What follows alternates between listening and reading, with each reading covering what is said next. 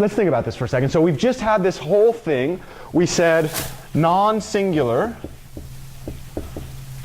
if and only if linearly independent what?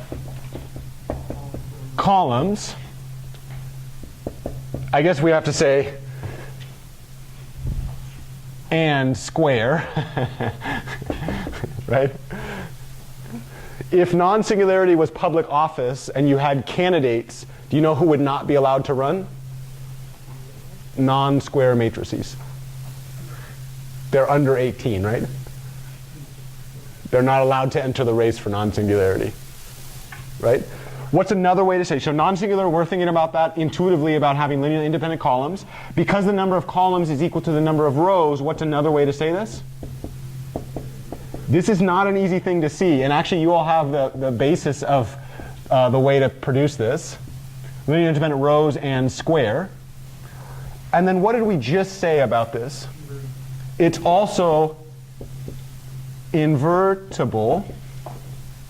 And then the only ones, if invertibility was public office, the only person that's allowed, or the only matrices that are allowed to run are square matrices. There is no such thing as the inverse of a rectangular matrix.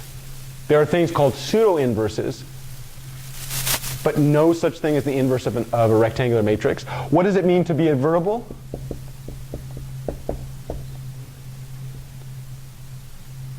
There is a C element of Rn by n with A times C equal C times A equal I sub n.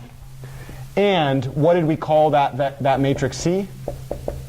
We called it the inverse. So we now have 1, 2, 3, 4 different ways of computing. This is by definition, right? These two things are by definition. This is non-trivial. Making the connection that linear independent columns is the same thing as linear independent rows, which is the same thing as producing an inverse, being able to produce an inverse, that's something that takes some work.